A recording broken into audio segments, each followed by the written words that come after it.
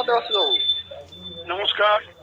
আচ্ছা, যেটা আমরা খবর পেলাম যে আপনাদের এই বহু প্রতীক্ষিত ডিএ মামলা আগামী ৫ই ফেব্রুয়ারি ২০২৪ উঠতে চলেছে। কিন্তু এখানে দুটি বিষয় আছে, একটি সিরিয়াল নাম্বার দেখলাম 60, অন্যটি দেখলাম এই যে ডিভিশন বেঞ্চের একজন জাজ পরিবর্তন হয়েছে।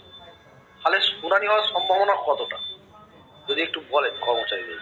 দেখুন, এর আগে সুপ্রিম কোর্টে 10 বার শুনানি হয়ে গেছে। আচ্ছা কিন্তু আমরা এখনো পর্যন্ত নিষ্পত্তির কোনো আচ্ছা উপায় দেখিনি।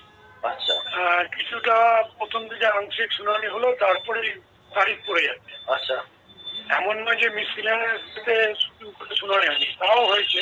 আচ্ছা ওই আংশিক শুনানি যখন হয়েছে তারপরে ডেট করছে। এবারও আমরা চেষ্টা করেছিলাম লাস্ট শেষ যেদিন মামলাটা উঠেছিল, আমাদের সিনিয়র ব্যারিস্টার মাননীয় পরমজিৎ পাটোয়ালিয়া মহাশয় খুব করেছিলেন, জোরালো যুক্তিতর্ক দিয়ে বলেছিলেন যে ডিএটা অত্যন্ত গুরুত্বপূর্ণ ইস্যু এবং এটার মধ্যে মেরিট আলাদা, সরকারের করা এসএলপির মেরিট কিছুই নেই। ট্রাইব্যুনাল হাইকোর্ট যে রায় দিয়েছে সেই রায়ের মধ্যে কোনো ভুল নেই। আচ্ছা তা সত্ত্বেও আপনি এটাকে শুনানির পর্যায়ে ফেলে দিলে ক্ষতিগ্রস্ত হচ্ছে পশ্চিমবাংলার সরকারি কর্মচারী, শিক্ষক, বিশেষ করে যারা অবসরপ্রাপ্ত মানুষ তারা। আচ্ছা এবং এর ফলে গোটা রাজ্যে পশ্চিমবাংলায় এর একটা প্রভাব পড়ছে। আচ্ছা যে কারণে আপনি এটা দিন দিন যাতে শুনানি হয়, তো মিসসেলেনিয়াস ডেতে না হলে নন মিসসেলেনিয়াস ডেতেই দিন। উনি বলেছিলেন আমরা শুনানি করবো বলে, শুনানি যাতে সেই ব্যবস্থা করবো। আপনারা জানেন সেই রায় হয়েছিল।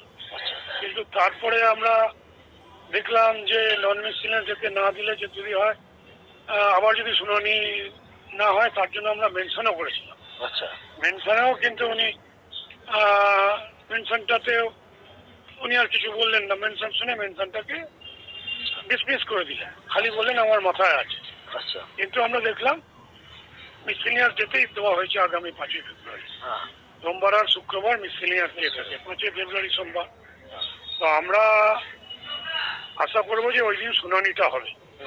যদি শুনানি শুরু হবে, শুনানি যদি শুরু না হয়, আবার যদি তারিখ পড়ে, তাহলে হাইকোর্টে যেমন সরকারি কর্মচারী পরিষদ আমরা মামলাটাকে দ্রুত নিষ্পত্তির জন্য সব রকমের আইনি ব্যবস্থা নিয়েছিলাম, আইনের পথে গিয়েছিলাম। এইভাবে সুপ্রিম কোর্টে আমাদের দায়িত্ব নিয়ে সুপ্রিম কোর্টে দ্রুত শুনানির জন্য যা যা সুযোগ সুবিধা দেওয়া আছে সেগুলো গ্রহণ করতে হবে। আচ্ছা, এই যে বিচারপতি যে পরিবর্তন হলো, তাতে খুব একটা অসুবিধা হয় না, কারণ ঋষিকেশ রায় তো লিড করছেন। আচ্ছা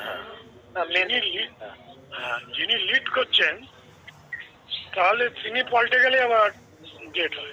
আচ্ছা, এক্ষেত্রে কোনো অসুবিধা হয় না, না, তাতে কোনো অসুবিধা হয়। আচ্ছা, তাহলে আপনাদের পক্ষ থেকে যে পদক্ষেপটা নেওয়া হচ্ছে যে যদি কোনো শুনানি এইভাবে না হয়, তাহলে আপনারা দ্রুত শুনানির জন্য আবার আবেদন করবেন। সুপ্রিম কোর্টের যে সুযোগ সুবিধা আছে সেগুলো আমরা পরিষদ, সরকারি কর্মচারী পরিষদ দায়িত্ব নিয়ে উদ্যোগী হয়ে করবে। তবে অবশ্যই আমাদের লক্ষ্য রাখতে হবে ওই দিকে যে কি হয়। এভাবে তো চলতে পারে না, সেই কারণে আমাদের দ্রুত নিষ্পত্তির জন্য সব রকম প্রচেষ্টা চালাতেই হবে। অবশ্য আইনের সরকারি কর্মচারী পরিষদের পক্ষ থেকে আপনারা সিং পাটোয়ালিয়া এই ভাবনাটাও ভেবে রেখেছি। আচ্ছা, অসংখ্য ধন্যবাদ। সেভাবে আমরা আমাদের যিনি অ্যাডভোকেট অন রেকর্ড তার সঙ্গে আমরা আলোচনা করি। আপনাদের যদি নামটা বলেন। উত্তম মুখোপাধ্যায়, মাননীয় উত্তম মুখোপাধ্যায় আমাদের অ্যাডভোকেট।